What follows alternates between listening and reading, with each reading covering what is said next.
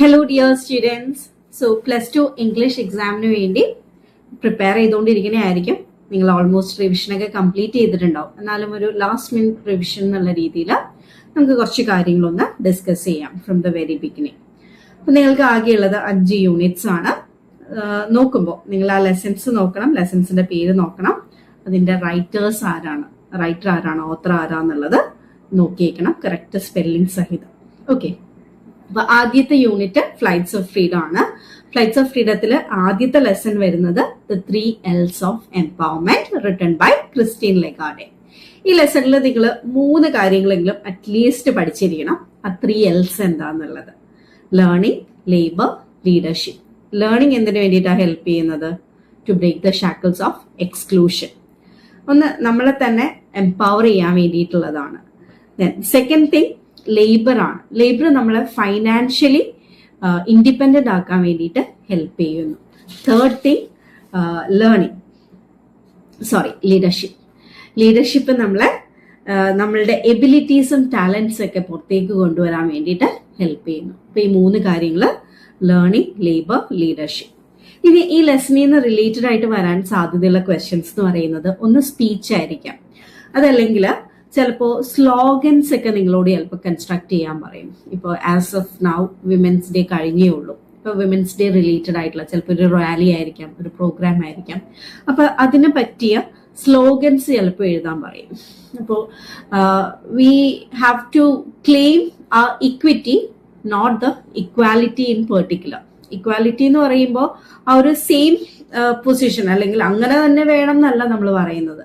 അതിന്റെ ഇടയിൽ we have to understand the differences. ആ ഒരു മെയിൽ ആൻഡ് ഫീമെയിൽ തമ്മിലുള്ള ഡിഫറൻസസും കൂടി മനസ്സിലാക്കാനായിട്ട് പറ്റണം. ദെൻ സെക്കൻഡ്, ചിലപ്പോൾ നിങ്ങൾക്കൊരു ഫിലിം ഫെസ്റ്റിവലിന്റെ റിപ്പോർട്ടൊക്കെ റിപ്പോർട്ടായിട്ട് തരില്ല, ചിലപ്പോൾ ഒരു പ്രോഗ്രാം ചാർട്ടായിട്ട് തരാം. അതിന്റെ റിപ്പോർട്ട് എഴുതാനായിട്ട് ചോദിക്കാം. റിപ്പോർട്ട് ചോദിക്കുമ്പോൾ you have to give a title. അതിനെ പറ്റിയൊരു ടൈറ്റിൽ എഴുതണം. അതിനുശേഷം നിങ്ങൾ പറയുന്ന കാര്യങ്ങൾ നടന്നു എന്നുള്ളതാണ് റിപ്പോർട്ട്. അതായത് ഓൾറെഡി നടത്തപ്പെട്ടു എന്നുള്ളത് വേണം പറയാനായിട്ട്, നടന്നു കഴിഞ്ഞു എന്നുള്ളത് പറയണം.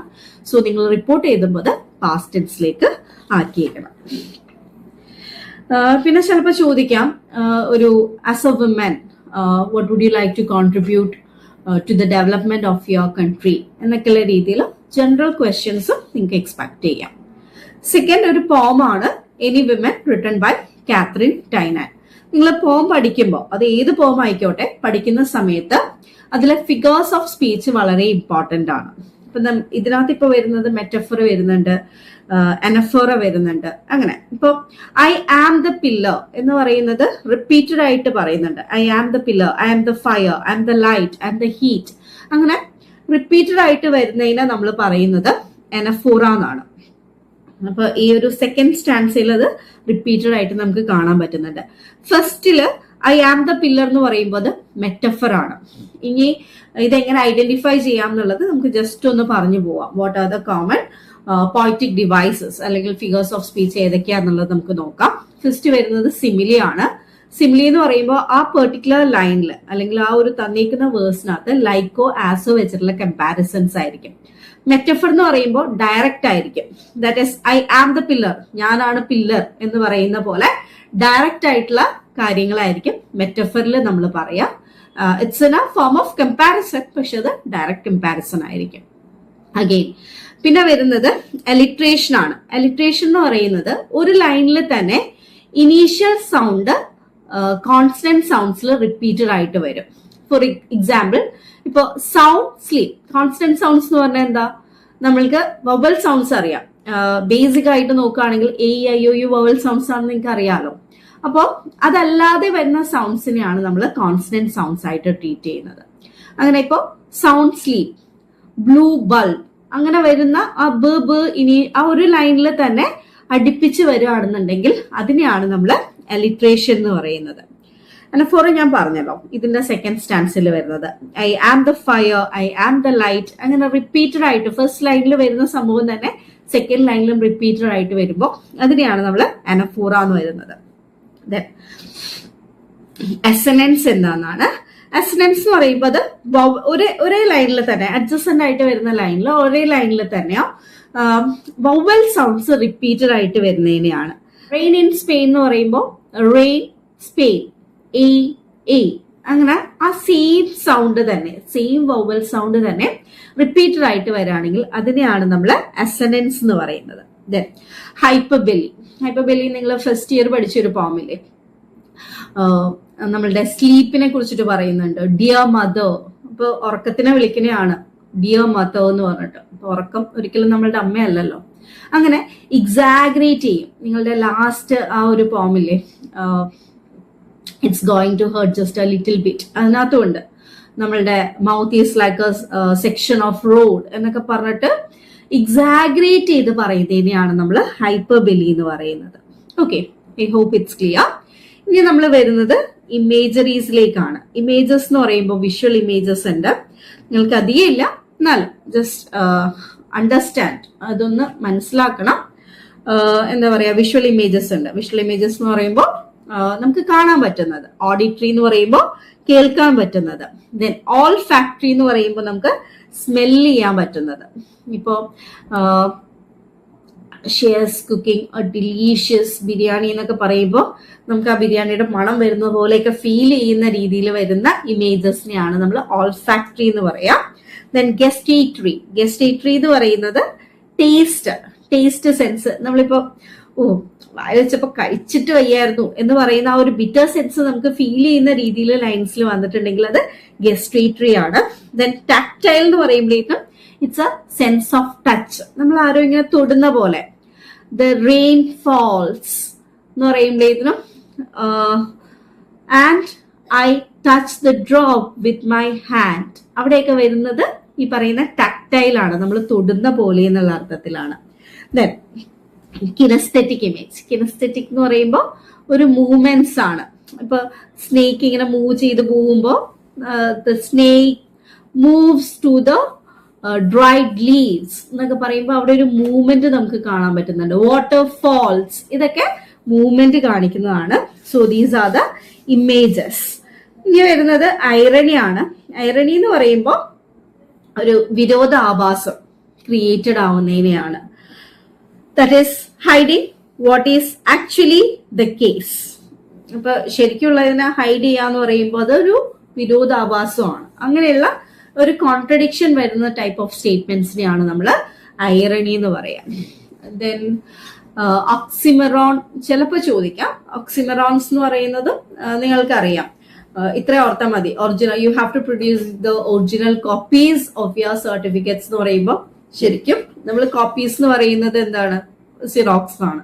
പക്ഷെ അവിടെ ഒറിജിനൽ എന്ന് പറയുമ്പോൾ ഈ കോപ്പീസിന് തന്നെ എന്താ പറയാ, ഒറിജിനൽ എന്ന് പറഞ്ഞാൽ ഡിഫറെന്റ് ആണ്. കോപ്പി എന്ന് പറയുമ്പോൾ അതിന്റെ സിറോക്സ് ആണ്. പക്ഷെ ഒറിജിനലും കോപ്പിയും കൂടി ഒരുമിച്ച് വരുന്നതിനെയാണ് നമ്മൾ ഓക്സിമറോൺ എന്ന് പറയാം. ബിഗ് ബേബി എന്നൊക്കെ പറയുന്ന പോലെ, വലിയ കുഞ്ഞെന്ന് പറയുമ്പോൾ തന്നെ അത് രണ്ട് കോൺട്രഡിക്ഷൻ ആണ്. പക്ഷെ ആ രണ്ടും കൂടി ഒരുമിച്ചാണ് നമ്മൾ പറയാറുള്ളൂ. വലിയ കുഞ്ഞ് എന്നൊക്കെ പറയുന്ന പോലെ അതൊരു വലിയ കുഞ്ഞാവയാണ്. ആക്ച്വലി കുഞ്ഞെന്ന് പറയുന്നത് സ്മോൾ എന്നാണ്. അതിന്റെ തന്നെ ഒരു ഓപ്പോസിറ്റ് മീനിങ് ആണ് നമുക്ക് അപ്പുറത്തെ വാക്കിൽ നിന്ന് കിട്ടുന്നത്. അതാണ് oxymoron. So any women written by Katharine Tynan. ഇതിനകത്ത് പറയുന്നത് ഒരു ട്രഡീഷണൽ ഫോമിലുള്ള ഒരു പോമാണ്. അല്ലെങ്കിൽ പണ്ട് കാലത്ത് അമ്മമാരെങ്ങനെയായിരുന്നു, അവരുടെ ഒരു കൈ പതിയാത്ത ഒരു സ്ഥലവും വീട്ടിലില്ല എന്നൊക്കെ പറയുന്ന ടൈപ്പ് ഓഫ് പോമാണ്. Just go through the verses. And the pillar of the house and the fire upon the hearth. അതായത് അമ്മമാരില്ലെങ്കിൽ അടപ്പ് കത്തത്തില്ല, അവിടെ കംപ്ലീറ്റ് ഒരു കോൾഡ് ആയിട്ടുള്ള പ്ലേസ് ആയിട്ട് അത് മാറും എന്നൊക്കെയാണ് പറയുന്നത്. ഇവര് വാംത്ത് കൊടുക്കുന്നു, ഇവര് എല്ലാവരെയും പ്രൊട്ടക്ട് ചെയ്യുന്നു. ആ ഒരു സീക്രട്ട് റിങ്ങിനെ കുറിച്ചിട്ടൊക്കെ പറയുന്നുണ്ട്, വിച്ച് ഹോൾഡ്സ് ദം ടുഗെദർ. പിന്നെ അമ്മയുടെ ലാസ്റ്റത്തെ ആ ഒരു ലൈനിൽ പറയുന്നുണ്ട്, take me not until my children grow. എന്റെ കുഞ്ഞുങ്ങൾ വളരുന്നത് വരെ എന്റെ ജീവൻ എടുക്കരുത് എന്നുള്ള ഒരു പ്രേയറോട് കൂടിയാണ് ഈ ഒരു പോം എൻഡ് ചെയ്യുന്നത്. അപ്പൊ ഇൻ ബിറ്റ്വീൻ ഈ ലൈൻസിൽ നിന്ന് ക്വസ്റ്റ്യൻസ് വരാനായിട്ട് സാധ്യതയുണ്ട്. അപ്രിസിയേഷൻ ചോദിക്കാം, പോമിന്റെ ഏതെങ്കിലും ഒരു 4 സ്റ്റാൻസ് വന്നിട്ട് അതിൽ നിന്ന് ചോദിക്കാം. മദേഴ്സ് ലവിനെ കുറിച്ചിട്ട് ചോദിക്കാം.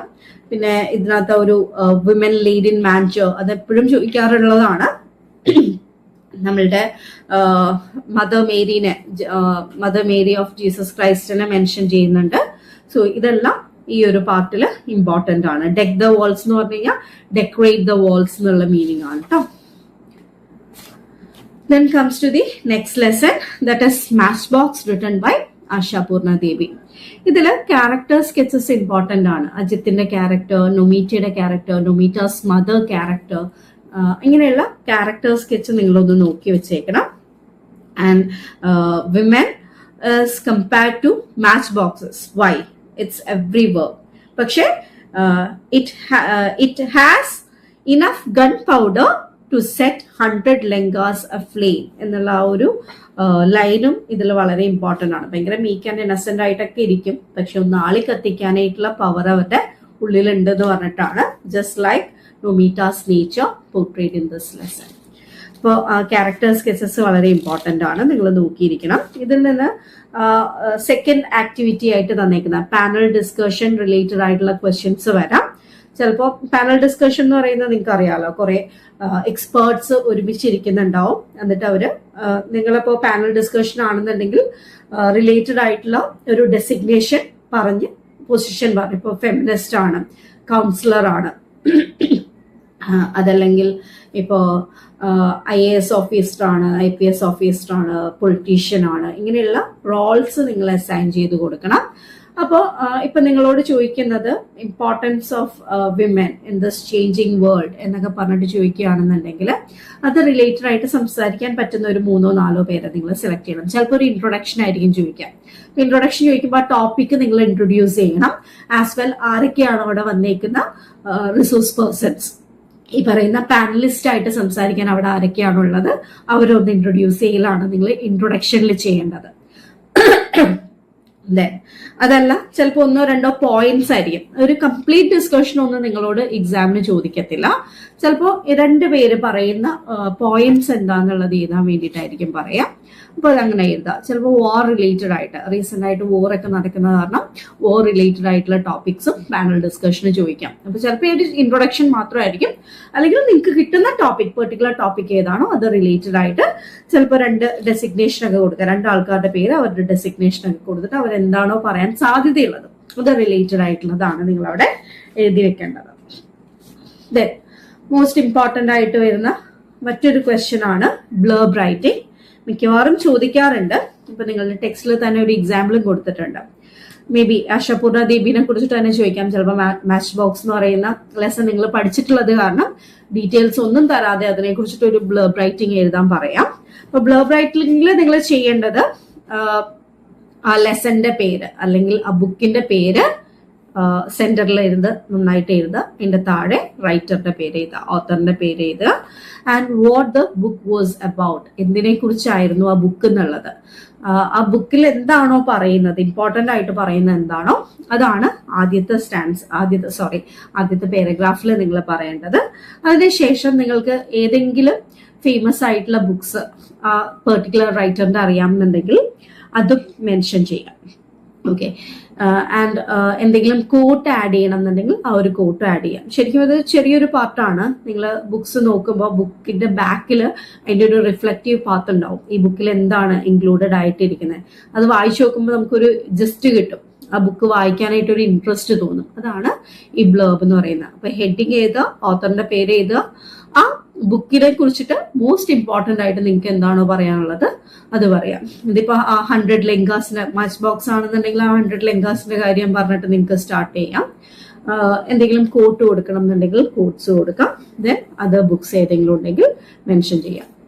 അതപ്പോ അതർ ബുക്സ് എന്നൊക്കെ ഉള്ളതൊന്ന് സെൻട്രൽ പാത്തിൽ എഴുതുക. സെൻട്രൽ അലൈൻമെന്റ് കൊടുക്കുക എന്ന് പറയുന്ന പോലെ സെൻട്രൽ ആയിട്ട് അതർ ബുക്സ് എന്ന് പറഞ്ഞിട്ട് എഴുതി ഒരു ബോക്സിലാക്കി കഴിഞ്ഞ് കഴിഞ്ഞാൽ നമ്മളുടെ ബ്ലർബ് കഴിഞ്ഞു.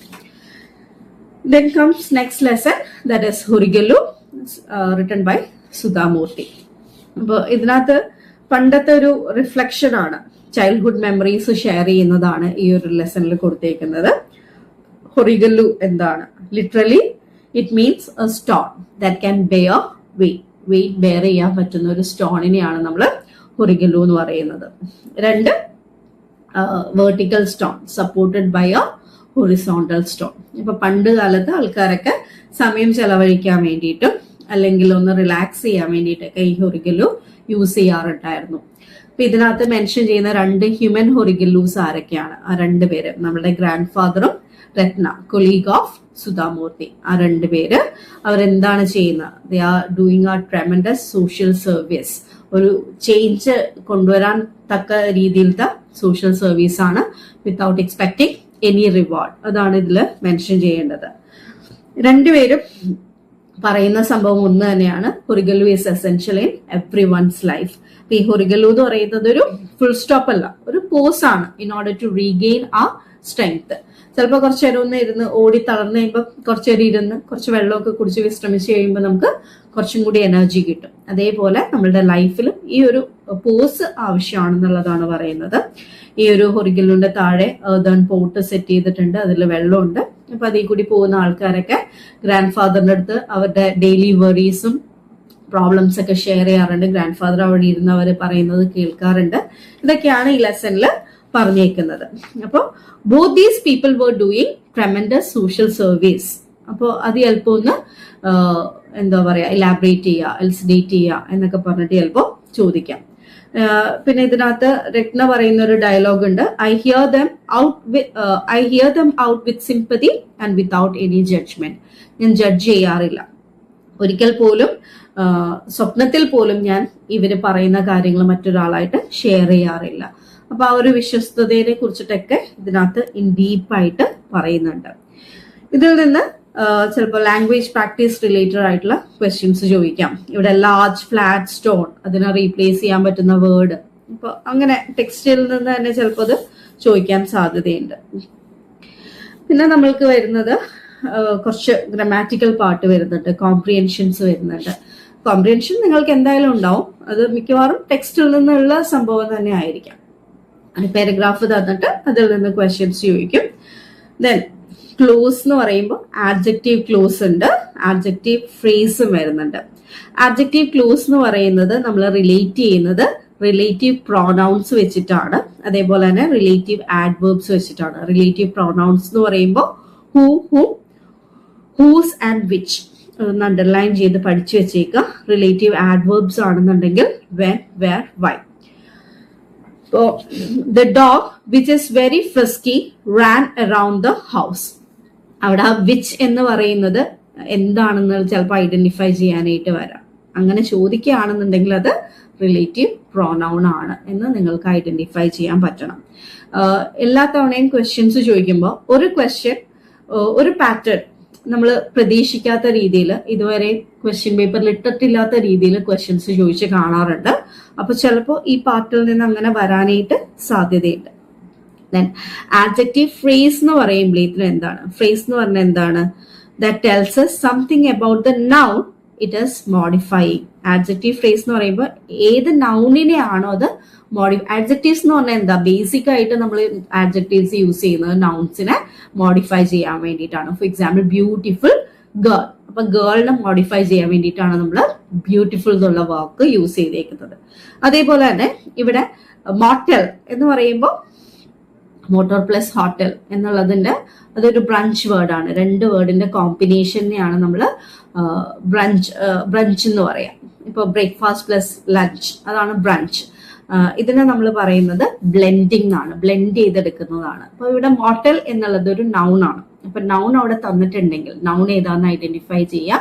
നൗണിന് മുന്നേ യൂസ് ചെയ്തേക്കുന്നത് നമ്മളുടെ ആഡ്ജക്റ്റീവ് ഫ്രേസ് ആയിരിക്കും. ഓക്കെ, അപ്പൊ ഒരു നൗണിനെ ക്വാളിഫൈ ചെയ്യുന്നത് ആഡ്ജക്റ്റീവ് ആണ്. ഒരു വാക്കിൽ കൂടുതലായിട്ട് തന്നിട്ടുണ്ടെങ്കിൽ അതിനെ നമുക്ക് ഫ്രേസ് ആയിട്ടും ഐഡന്റിഫൈ ചെയ്യാം. അത്രയെങ്കിലും ഒന്ന് ജസ്റ്റ് മനസ്സിലാക്കി വെച്ചേക്കണം.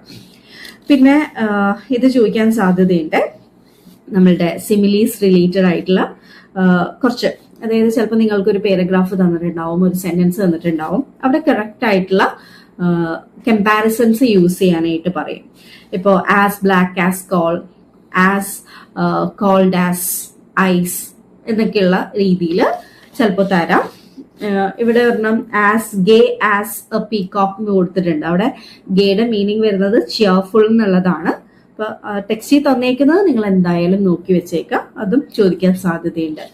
പിന്നെ എപ്പോഴും ചോദിക്കുന്ന ക്വസ്റ്റ്യൻ ആണ് എഡിറ്റിംഗ്. ഗ്രാമാറ്റിക്കൽ മിസ്റ്റേക്സ് ഉണ്ടാകും. അപ്പോൾ അതൊന്ന് വായിച്ചു നോക്കിയിട്ട് അത് തന്നേക്കുന്നത് ഏത് ടെൻസ് ആണെന്ന് നിങ്ങൾ ഐഡന്റിഫൈ ചെയ്താലാണ് നിങ്ങൾക്ക് അതിന്റെ ഗ്രാമാറ്റിക്കൽ എറേഴ്സ് കറക്റ്റ് ചെയ്യാനായിട്ട് പറ്റുള്ളൂ. പിന്നെ മറ്റൊരു ക്വസ്റ്റ്യൻ കണ്ടേക്കുന്നത് ഇത്തവണ +1 വന്നപ്പോഴേക്കും പ്രോസസ്സും ഉണ്ടായിരുന്നു, എഡിറ്റിംഗും ഉണ്ടായിരുന്നു. നേരത്തെയൊക്കെ ചോദിച്ചത് ഏതെങ്കിലും ഒരെണ്ണമാണ്, എഡിറ്റിംഗ് അല്ലെങ്കിൽ പ്രോസസ് ആണ്. അപ്പൊ പ്രോസസ് എന്ന് പറയുമ്പോൾ നിങ്ങൾ അത് പ്രിസൈസ് ചെയ്യാണ്, ഷോർട്ട് ചെയ്യാണ് ചെയ്യേണ്ടത്. ഒരു പാരഗ്രാഫ് തന്നിട്ടുണ്ടാവും, അതിന്റെ കംപ്ലീറ്റ് കാര്യങ്ങൾ മനസ്സിലാക്കുന്ന രീതിയിൽ വേണം നിങ്ങൾ അതിനെ ഒന്ന് ഷോർട്ടൻ ചെയ്യാൻ വേണ്ടിയിട്ട്. ഓക്കെ, അപ്പൊ ഫസ്റ്റ് ലെസണിൽ നിന്ന് ഇത്രയും ഗ്രാമർ നിങ്ങൾ നോക്കിയിരിക്കണം, അപ്രിസിയേഷന്റെ പാർട്ട് നോക്കിയിരിക്കണം. ഓരോ ലെസണിൽ നിന്ന് അറ്റ്ലീസ്റ്റ് ഒരു 3 or 4 സെന്റൻസസ് എങ്കിലും എഴുതത്തക്ക രീതിയിൽ നിങ്ങൾക്ക് ഒരു ഐഡിയ ഉണ്ടാവണം, ഓതേഴ്സിനെയും നോക്കിയിട്ടുണ്ടാവണം. So thank U.